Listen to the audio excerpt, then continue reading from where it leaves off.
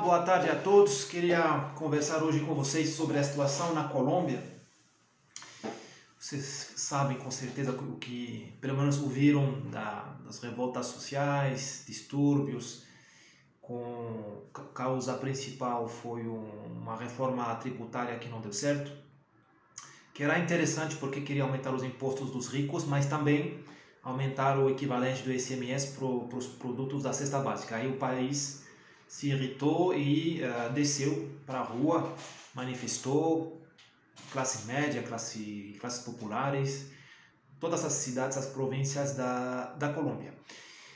Ouvi também muita besteira, muita incultura na nossa imprensa nacional brasileira e internacional. O padrão hoje em dia de alguns jornalistas é copiar as informações que vêm pela internet, das agências de notícias internacionais.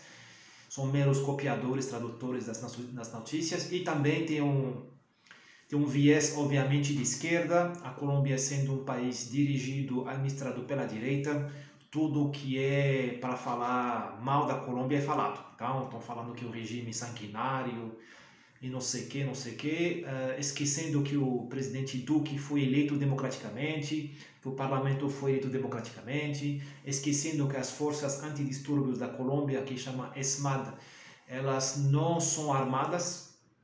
Então tem umas lendas urbanas sempre tecidas para escurecer a história da direita e para enaltecer as forças sociais ou progressistas, entenda-se as esquerdas até as mais ditatoriais. Bom, vocês conhecem essa história, então vou focar agora no que acontece na Colômbia. Acontecem duas coisas. A primeira coisa é o Covid. A Colômbia está vivendo talvez a primeira revolta mundial contra o Covid.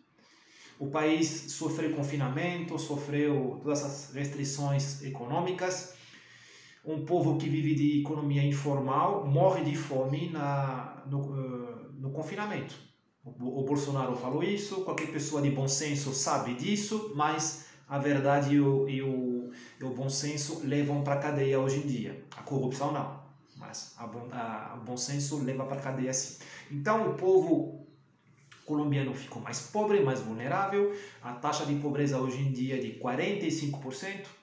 Aí me vem o presidente Ivan Duque e fala, ó, vou aumentar os impostos. Aí o povo sai na rua. Quem estaria contra? Eu também manifestaria minha inconformidade com isso. Depois de um ano de tomar porrada em nome do Covid, agora me vem o presidente em nome do Covid, ele falou que o governo está quebrado, em nome do Covid, e me aumenta impostos. Como falar em inglês, it's not fair.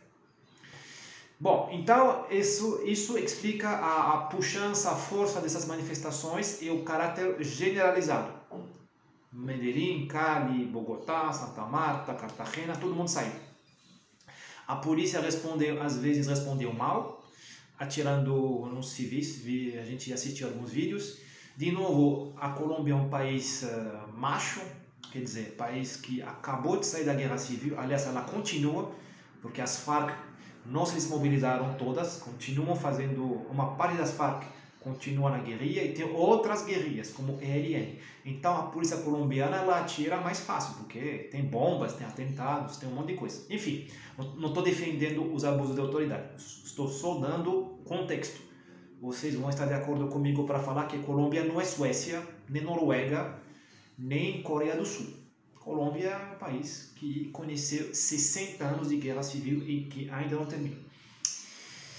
Então, até semana passada, a situação era essa. A partir da quinta, as grandes cidades, Medellín e Bogotá, o povo começou a voltar a trabalhar.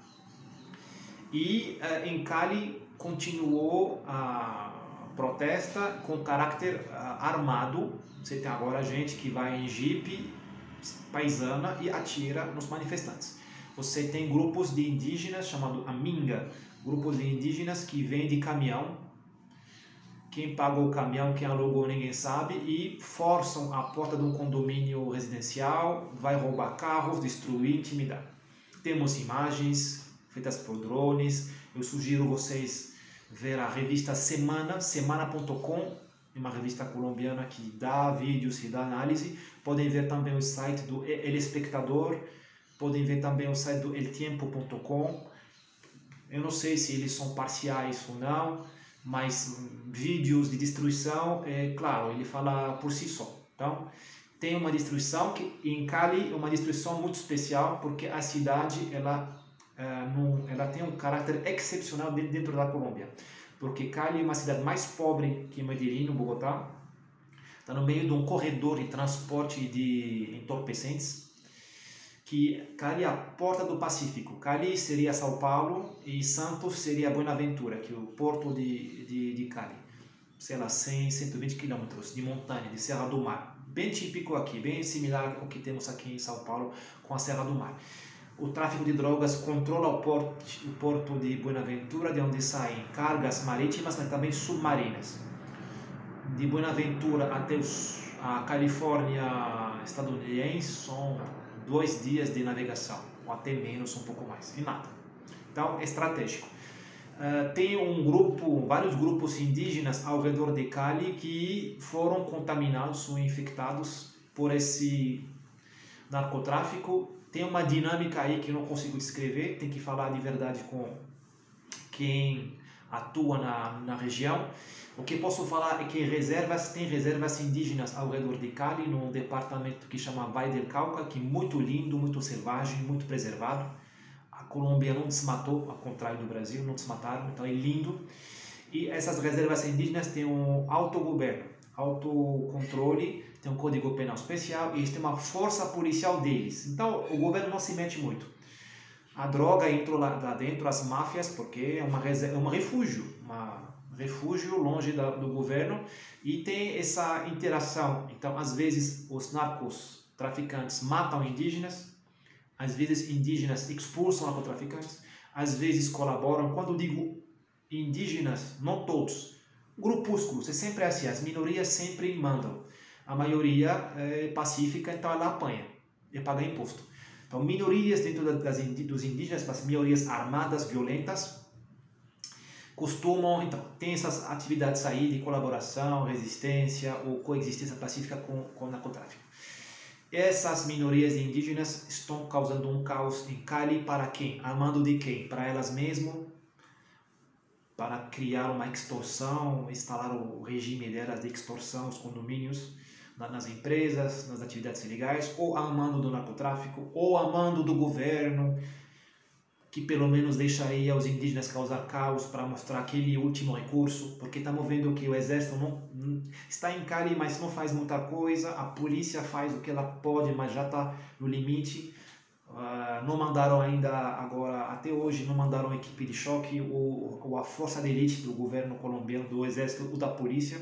Estão mandando policiais normais, antidistúrbio, eles não conseguem, porque o manifestante lá está armado. Ele está armado. Enfim, esse é o status que posso dar para vocês sobre a Colômbia.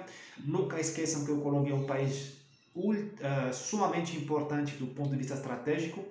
É a primeira ou segunda biodiversidade do mundo. É um país vazio, só tem 40 milhões de colombianos, se minha memória é boa, vazio. Tem potencial agrícola tão forte como o Brasil, o similar. Clima maravilhoso, chove muito, tem muito calor, tudo cresce. Está próximo aos Estados Unidos, bem mais do que o Brasil. É um país bastante liberal em comparação com o Brasil, em termos de abertura econômica. Produtor de cocaína, de drogas, então tem muita grana, muitas margens na Colômbia e muita gente poderosa e maldosa interessada nesse país. Vendedor de arma, vendedor de segurança, comprador de droga, esquerda mundial, porque quem controla a droga colombiana vai poder pagar as campanhas eleitorais de toda a esquerda no mundo. A margem de lucro vocês sabem qual é.